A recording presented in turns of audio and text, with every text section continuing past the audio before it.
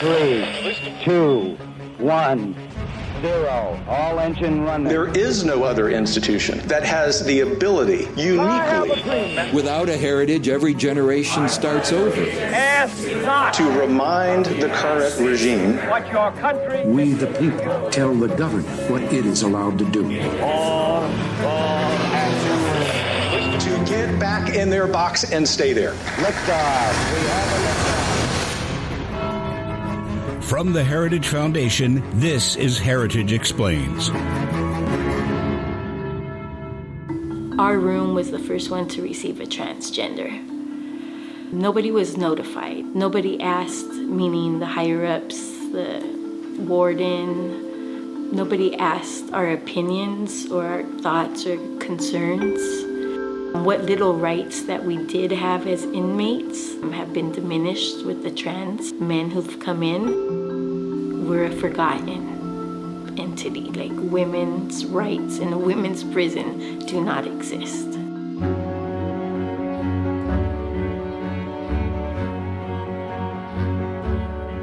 What you've just heard is the voice of former inmate Jennifer Barela, featured in a short film produced by the Independent Women's Forum in the wake of California's passage of SB 132, which allowed trans-identified males to transfer into female prisons. I sat down with IWF's Director of Storytelling, Kelsey Bowler, one of the producers of this documentary, to talk about the issue and why storytelling is essential to the conservative movement. Kelsey Bowler, Director of Storytelling at the Independent Women's Forum. Welcome to Heritage Explains. It's great to be here. Thank you for having me. What is a Director of Storytelling and why is it important to have one? It is a pretty cool title, isn't it? It is. So actually, my title probably traces back to my early days at the Daily Signal here at the Heritage Foundation. It's kind of where I got my start in my career. It was right when the Daily Signal launched. I was part of the OG team, and I kind of found this home for myself in storytelling through short, emotionally compelling documentaries. And the reason I love them so much is that we were able to let people tell their stories for themselves. So on TV, you see so much bantering, so much fighting.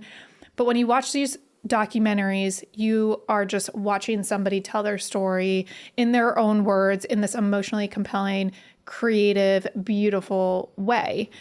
And it takes the politics out of it to a certain extent. So there isn't all the infighting. And when someone finishes watching one of these short documentaries, my hope always has been that, look, you might still disagree with them on the ultimate policy issue we're discussing, but you can at least engage in this conversation in a more compassionate and understanding way because you understand how this issue is affecting real people.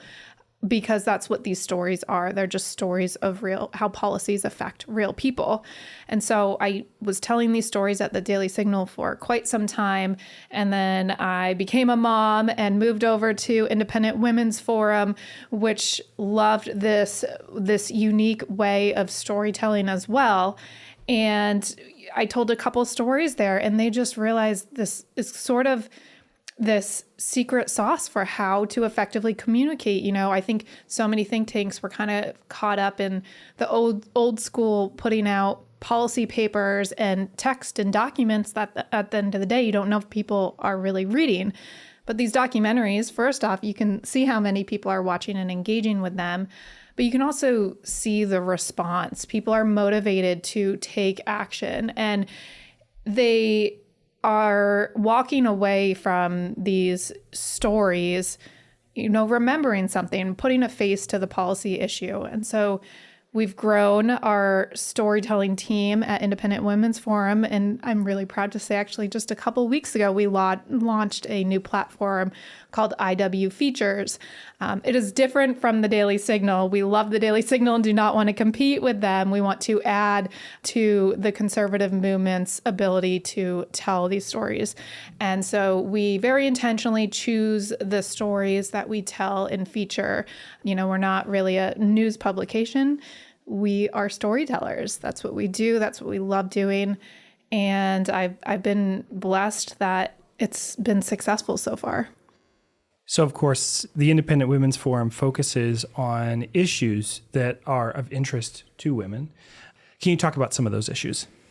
Well, first off, at IWF, we like to say all issues are women's issues because we know the left often comes at women's issues in a very narrow-minded way, that women's issues means abortion, reproductive rights, whatever they want to call it. But really, all issues are women's issues. And so we don't pigeonhole ourselves at IWF to be only covering issues related to women's bodies and so forth, but I will say over the past few years, we have found ourselves in a surprising and unique position where we have kind of been called on to protect and defend the very definition of women. This is not something I think that any of us anticipated having to do, but there's been a very intentional effort to erase women, redefine what it means to be a woman. And as a women's organization, we're in a very unique position to do that. So whether it's gender ideology, whether it's allowing men into women's prisons, whether it's allowing men to participate in women's sports, we've been out there on the front lines telling the stories of the true women who have been victimized by these policies, and explaining to people the real life consequences of going down this path. So you're here in Washington today to testify in front of the Senate on male prisoners being imprisoned with female inmates. And so you're going to talk about that here very shortly. I want to ask you a question about that.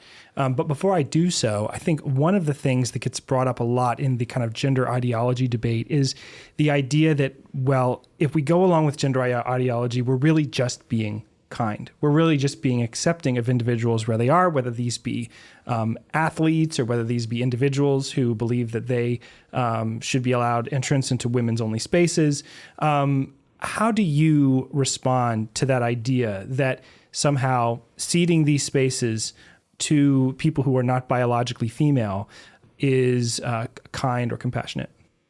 There's nothing kind or compassionate about putting women's safety and well-being at risk. And there's nothing kind or compassionate about asking women to sacrifice their well-being, their feelings of safety and security to accommodate the feelings of men.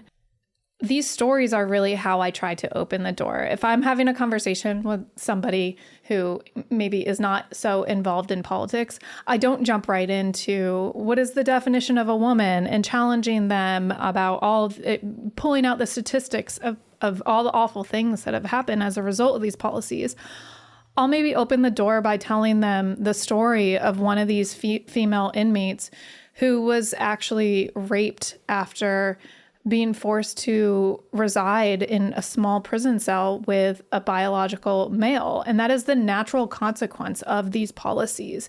Some people would like to say these are perhaps extreme examples, but first off, they're not extreme. They're happening all over women's prisons nationwide. But even if we take out the extreme examples, women's feelings of safety and their very dignity is just being completely disregarded. Women no longer feel safe to speak out about the ways in which these policies are making them feel insecure and unsafe in their prisons. And, we see this with all the young female athletes. How can we expect middle school, high school age girls, even college-aged young women to be out there on the front lines, being honest about the fact that this is a completely unfair situation? It's very hard for them to do that. But we have found, we have a couple of the Riley Gaines of the world who have been willing to step up and be a voice. We need more of them. But that's really where organizations like, both Heritage Foundation and Independent Women's Forum step in, where we give them a safe place to tell their stories, make sure that Americans understand there are consequences to these policies that threaten and attempt to erase women. So can you talk specifically about the issue of women's prisons? It's one of those issues that I think the standard response by many normal people would be, well, that can't possibly happen. That doesn't happen. Men don't wind up sharing prison cells with women. Can you give us a sense of how prevalent this issue is? Well, I wish I could give you an exact number on how prevalent this is, but I think there's a concentrated effort to not reveal those numbers.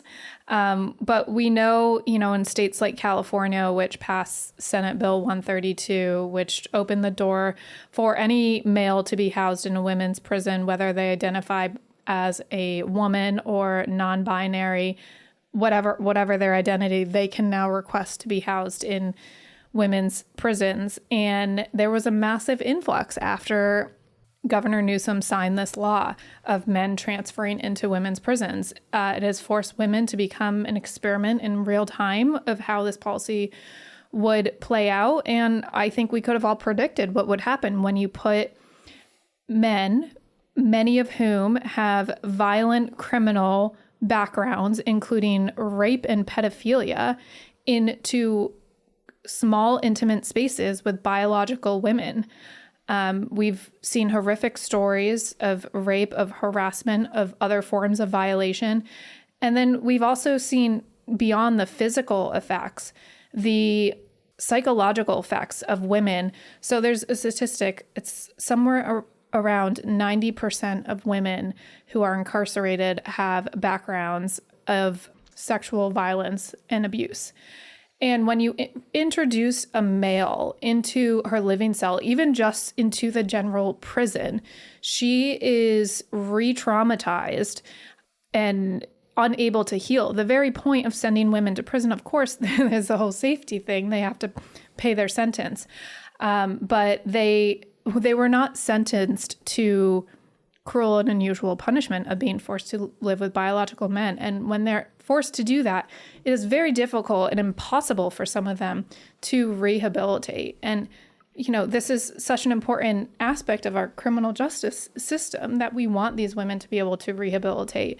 It's just not possible when they are going to bed, going to sleep at night, climbing into their bunk bed with a male sleeping above them and having the door locked behind them at night. I mean, the title of our mini documentary series we produced on this at IW Features is called Cruel and Unusual Punishment, the Male Takeover of Female Prisons. And that is very much what's happening here. We are subjecting women to cruel and unusual punishment. And we have seen with the women who are brave enough to try to speak out and tell the truth about what's happened because of these policies, some of them have been grossly retaliated against. There's one story of a woman who I'll mention today in my testimony, who qualified for parole. She was sentenced to 15 years to life, and then she qualified for parole after filing a grievance against SB 132, after she was peeped on while using the bathroom naked from the waist down, not once but twice. She lost her opportunity for parole and is now sitting in prison for another 5 years. That likely never would have happened if she didn't voice her objections to California allowing men into women's prisons. And I also should note, this is not just a California issue. First off, we know what happens in California doesn't just stay in California. But under the Biden-Harris administration, they have issued very clear guidelines that they support men who identify as transgender being allowed into women's prisons. Not just that, they're taking it one step forward and telling we, the taxpayers, that we should also be funding so-called gender-affirming care, hormones and surgeries for these criminals, because from their perspective, these so-called treatments are medically necessary. So it's just a slap in the face to the women. It's a slap in the face to taxpayers. And it really strips female inmates of every ounce of their dignity. So I'm honored to give them a voice today. They really have been sort of the forgotten puzzle piece in this whole puzzle of gender ideology, because They are incarcerated women. Some of them have done some really awful things. But again, they were sentenced to serve time in prison. They weren't sentenced to be abused. Has there been any positive development in this issue?